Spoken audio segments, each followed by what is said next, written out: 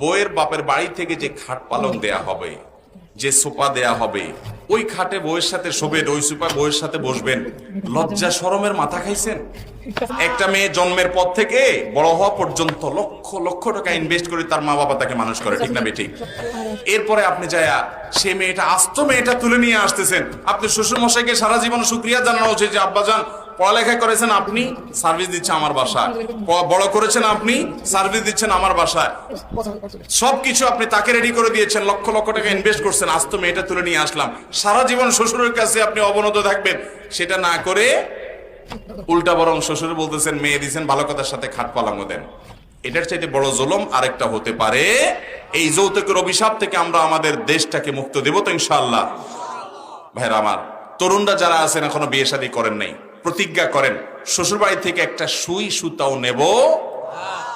প্রতিজ্ঞা করবেন তো ইনশাআল্লাহ? যে সমস্ত যুবকরা এখনো বিয়ে করেন নাই, প্রতিজ্ঞা করে